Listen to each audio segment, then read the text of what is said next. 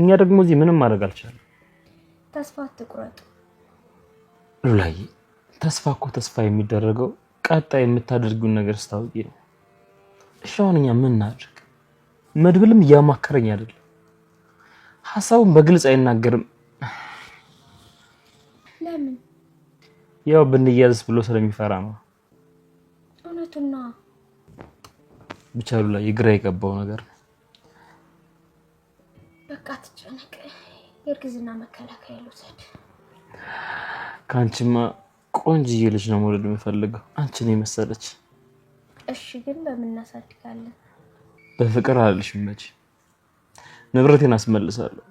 እንደዚህ በጠባብ ቤት እንዳሰቃዩሽ አትቀሪ። ጠበቃውም ደግሞ ተስፋ አለ ብሎኛል። ስለዚህ አያሳስብሽ። እሺ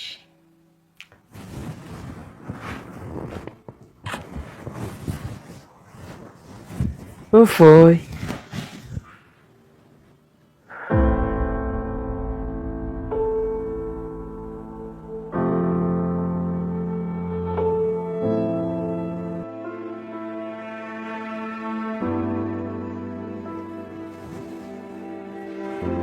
አጎቴ መጣም እንዴ?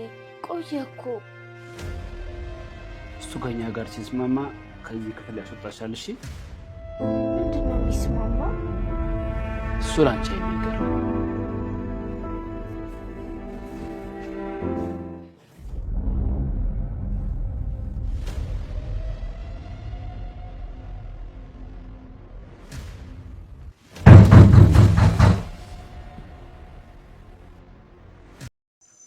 ሰላም እንደምን አላችሁ? ውድ የምሳሌ ድራማ ተከታታዮች በሙሉ ምሳሌ ድራማ በጣም የሚያሳዝን ነገር እያሳየን ነው። ውድ ቤተሰቦች ምንድነው ምሳሌ ድራማ ላይ እየተካሄደ ያለው ነገር? በጣም አሳዛኝ ነገር ነው እያሳያለው። እንዴት አያችሁት? ሐሳብ አስተያየታችሁን ኮሜንት ሴክሽን ላይ አስቀምጡልኝ። የዛሬው ክፍል እንግዲህ ሁላችንም እንደጠበቅነው አላገኘነውም። ውድ ቤተሰቦች እኔ እንግዲህ በባለፉት ክፍሎች እንደነገርኳችሁ ከሆነ ቀጣዩ ክፍል እንግዲህ በጣም መሳጭ ነው፣ አሪፍ፣ ሁላችንም የጠበቅነው ነገር ያሳያል ብያችሁ ነበር።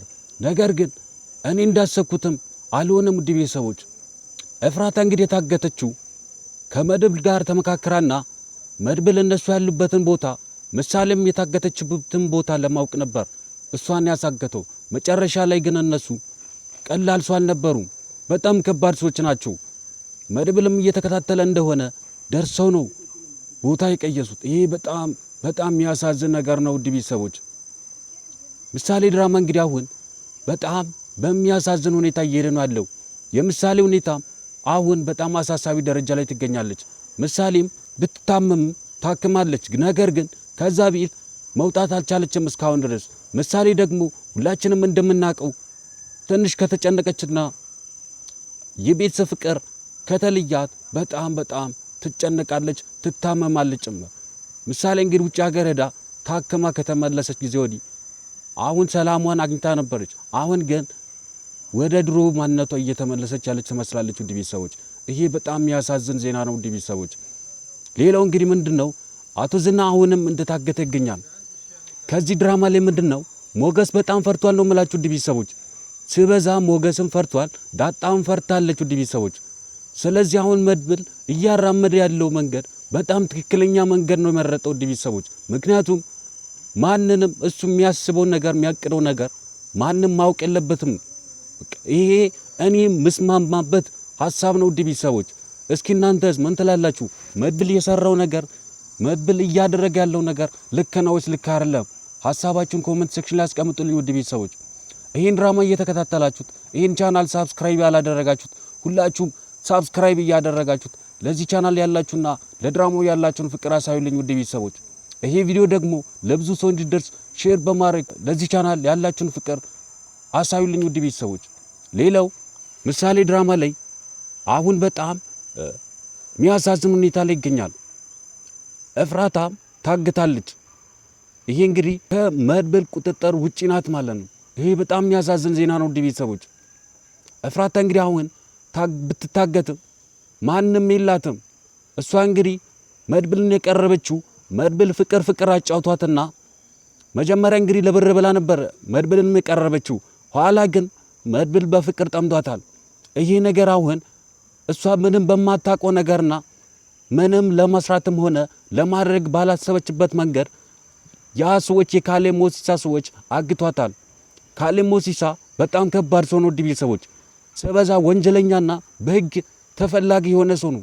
አሁን እሱ ያለበትን ቦታ ማንም ማህሌትም ትሁን ኤፍራታም እብን ከዝና ውጪ ማንም ያክሶ የለም። ውድ ቤተሰቦች ህግ አካልም ቢሆንም እሱን የመያዝ ችሎታቸው በጣም የወረደ ነው። ውድ ቤተሰቦች መያዝ አይችሉም ነው የምላችሁ። ምክንያቱም እሱ ቀላል ሰው አይደለም፣ እጁ ረጅም ነው። ውድ ቤተሰቦች ስለዚህ አሁን ያላችሁ አማራጭ ምንድነው?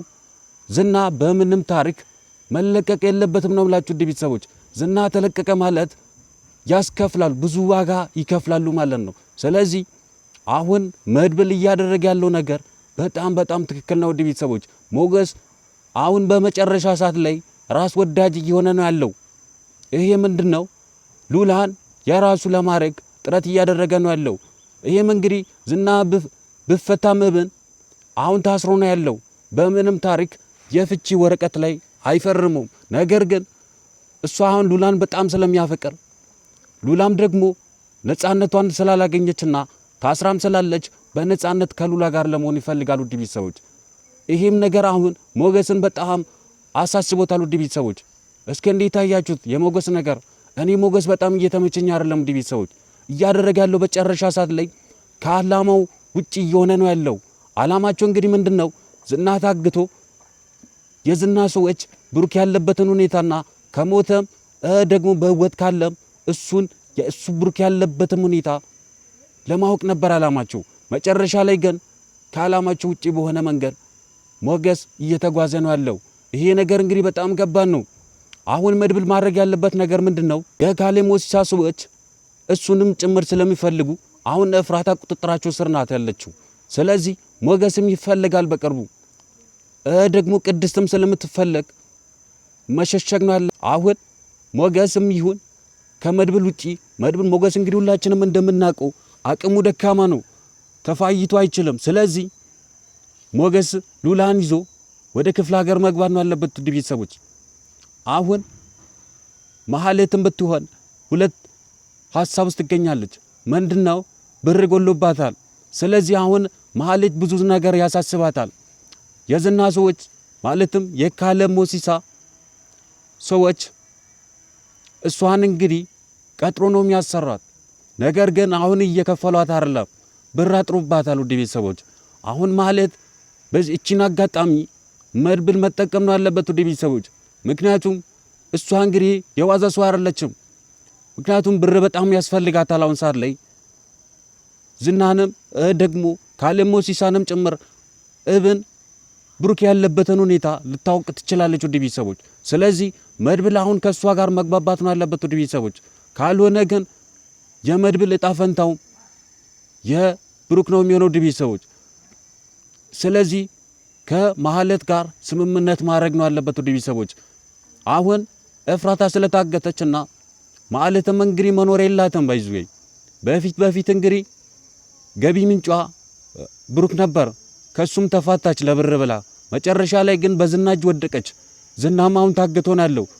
አሁን ምትበላዋን እያጣች ትገኛለች። ስለዚህ ይሄን አጋጣሚ መድብል መጠቀም ነው ያለበት። ውድ ቤተሰቦች እስኪ በእኔ ሀሳብ የምትስማሙት ሁላችሁም ይሄን ቪዲዮ ላይክ አድርጋችሁት ይሄን ቪዲዮ ለብዙ ሰው እንዲደርስ ሼር በማድረግ ተባበሩልኝ። ውድ ቤተሰቦች ይሄን ድራማ እየተከታተላችሁት ይሄን ቻናል ሳብስክራይብ ያላደረጋችሁት ሁላችሁም ሳብስክራይብ እያደረጋችሁት ቤተሰቡን።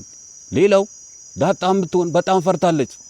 ዳጣ እንግዲህ ሁላችንም እንደምናውቃት ዳጣ ምላሷን እንጂ ምንም አቅም የላትም። ውድ ቤተሰቦች ስለዚህ አሁን የካሌብ ሰዎች ዳጣን ካገኟት ያግቷታል። ስለዚህ እሷ መኖር ስለምትፈልግና ሰዎችን በጣም ስለምትፈራ ያለ ምንም ወደ ኋላ ሳትል ዝና ያለበትን ቦታ ትጠቁማለች። ይሄ እንግዲህ በጣም ከባድ ነገር ነው። ውድ ቤተሰቦች ዝና ያለበትን ቦታ ጠቆመች ማለት የመድብል ስራ ከሸፈ ማለት ነው። ምሳሌም ላትወጣ ትችላለች። እብን ብሩክም ላይገኝ ይችላል። እሱ ብሩክ ያለበትን ሁኔታ ላይታወቅ ይችላል። ስለዚህ መድብል ምንድነው ማድረግ ያለበት? አሁን ዝና ካገተበት ቦታ ከዛ ቤት አስወጥቶ ሌላ ቦታ ማስቀመጥ ነው ያለበት። ወደ ቤተሰቦች ካልሆነ ግን በጣም ከባድ ነገር ነው የሚፈጠረው። የድራማው ድምቀት የነበረችው ቅድስትም አሁን በጣም አዝናለች። ቅድስት በማዘኗ እንግዲህ እኔም አዝኛለሁ። ውድ ቤተሰቦች እስኪ ቅድስትን የምትወዱት ሁላችሁም ይህን ቪዲዮ ላይክ አድርጋችሁት ለቅድስት ያላችሁን ፍቅር አሳዩልኝ። ውድ ቤተሰቦች ሌላው ምሳሌ ድራማ በቀጣዩ ክፍል ምን ያሳየናል? በጣም አሳሳቢ ደረጃ ላይ ነው ያለውና ምን ያሳየናል በቀጣዩ ክፍል አብረን የምናይ ይሆናል። ቀጣዩ ክፍል ላይ እንግዲህ ማየት የምትፈልጉት ነገር መሆን አለበት ወይንም ደግሞ መስተካከል አለበት የምትሉት ነገር ካለ ኮሜንት ሴክሽን ላይ እያስቀመጣችሁት ለዚህ ቻናል ለድራማው ያላችሁን ፍቅር አሳዩልኝ። ውድ ቤተሰቦች ቀጣዩ ክፍል ላይ አሁን እየተሰራ ስለሆነ ተሰርቶ እንዳለቀ ወደ እናንተ ቶሎ እንዲደርስላችሁ ይህን ቻናል ሳብስክራይብ ያላደረጋችሁት ሁላችሁም ሳብስክራይብ አድርጉ። ምክንያቱም መሳጩ የሆነ ቀጣዩ ክፍል እንደተለቀቀ ወደ እናንተ ቶሎ እንዲደርስላችሁ ማለት ነው። ውድ ቤተሰቦች በቀጣዩ ክፍል እስክንገናኝ ድረስ በያላችሁበት በዓለም ዳርቻ ሁሉ ሰላማችሁ ብዝት ይበልልኝ። ቻው።